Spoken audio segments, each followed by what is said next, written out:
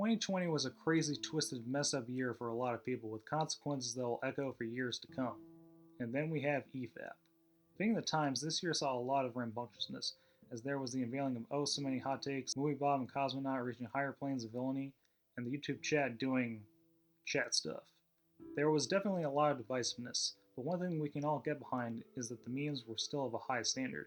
So like 2019, I'm going to be offering my take on what was the pinnacle of memedom. This is the top 10 EFAP memes of 2020. Number 10, Book Look from EFAP number 104. After over a year, anticipation built for the crew to once again cover Patrick Willems, originator of the Space Wizards appeal.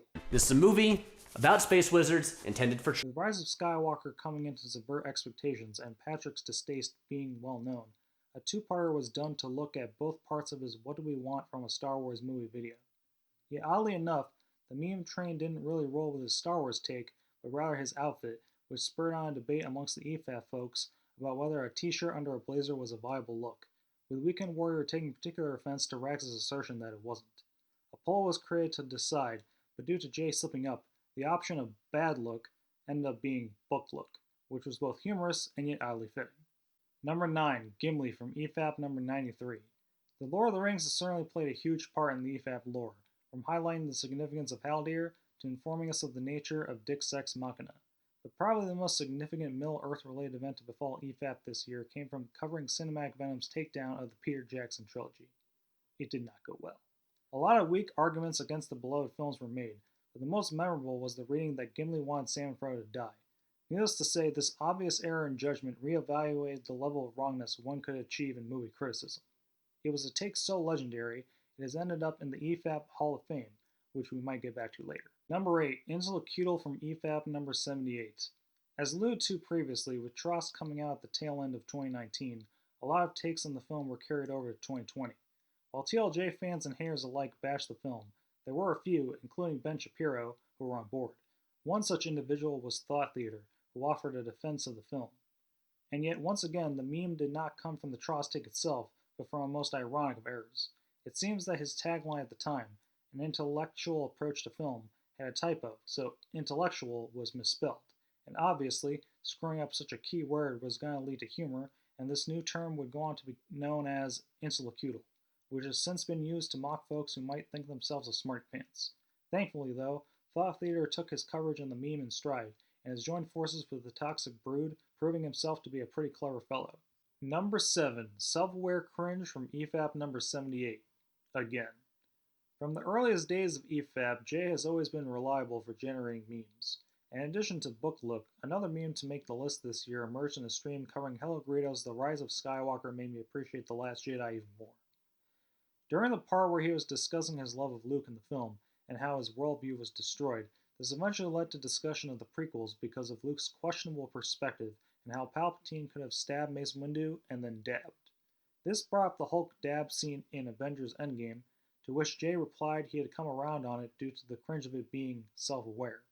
The dubious nature of such a claim was pointed out and mocked by the panel, and the term self-aware cringe has been since used in sincere and insincere ways for situations where it may be applicable or where it can be viewed as an ironic half-assed excuse.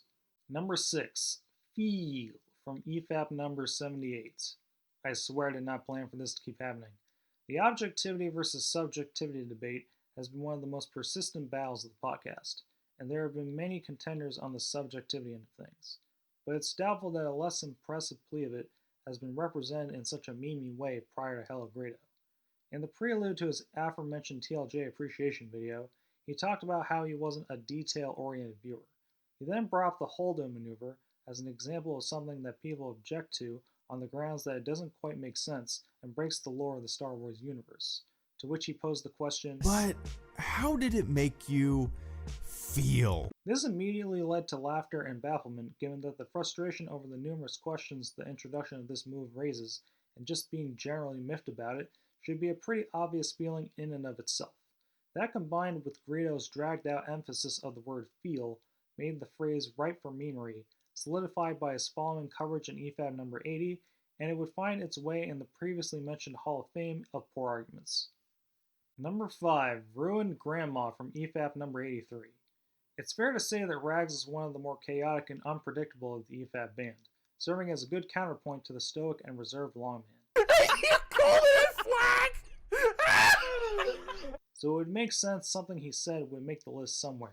And thankfully, we got a good one during the coverage of Cinema Sins' negative take on Joker, a film which was a distinct example of a controversial work of art that the EFAP crew were generally on the positive end of on the discussion last year.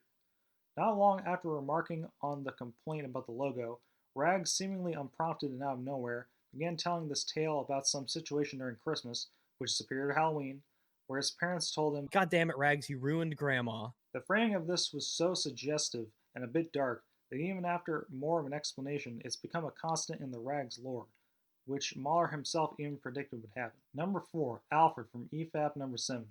As stated previously, Joker led to some strong opinions, and so there was interest in going over Ralph the Movie Maker's negative review of the film.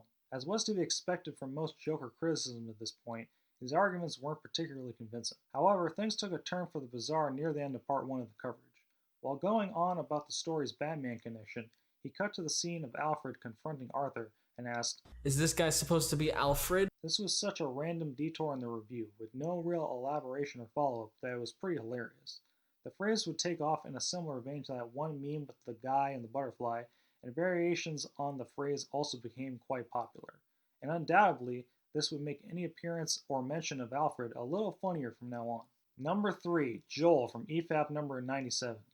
Even amongst all of the hot takes this year, The Last of Us Part 2 managed to leave a significant dent in the discourse. Often remarked as the last Jedi of gaming, this sequel to 2014's The Last of Us, while critically praised, also received a ton of backlash from people for questionable character decisions and story choices, most notably the death of prior protagonist Joel Miller at the hands of Abby. And also like TLJ, there were many prepared to make video essays in its defense, one of whom was just right. As is typical for defenders of the game, he attempted to point out how murky the moral gray area was, particularly surrounding Joel's character. And while there had been a warning of what he was going to say in EFAP number 96, the guests and the audience were still annoyed when he said, Literally every death that happens after the first game is Joel's fault.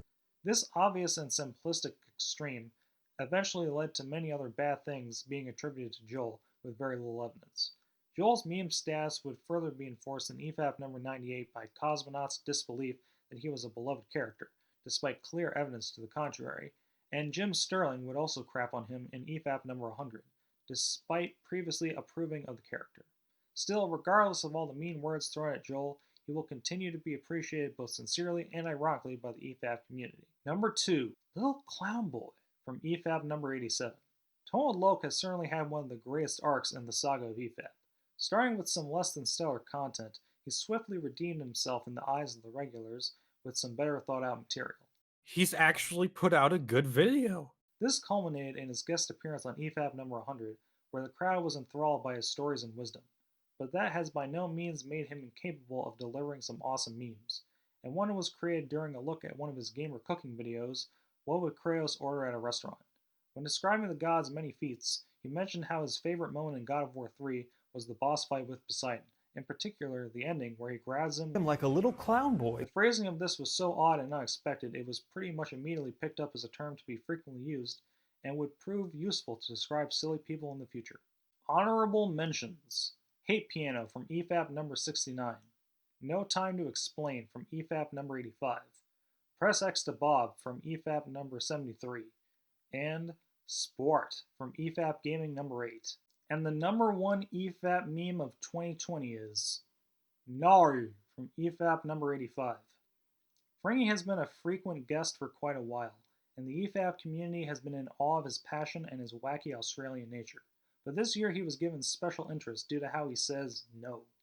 While this had been a thing since his first appearance, So he's got no excuse. as he kept showing up in the Batwoman minis, people were starting to notice. This attention culminated in a super chat from EFAB number 81, read out in Super Chat Catch-Up 4, which asked, Ever notice how you can tell if someone's Australian by the way they say no? With their awareness of Fringy's no confirmed, this led to the topic being addressed within Fringy's presence in EFAP number 85. I can't help saying no. Which is where this phenomenon really exploded in popularity with proper memes and stuff over the next couple installments prior to his return. in addition to the proclamation being given an official spelling. But it's pretty much agreed upon how it's spelled now. It's N-O-U-G-H.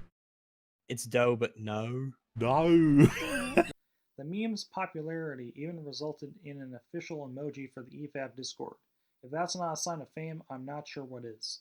It also became quite popular to combine the meme in the phrase "no reason" in homage to cinematic Venom. Constant padding and constant filler for no reason. For no reason. For no reason. In either case, Nar is unlikely to be going anywhere anytime soon, and is secure on the top of the list for the year. And that's it for the ranking. Be sure to leave some of your favorites down in the comments, and may 2021 bring some good fortune.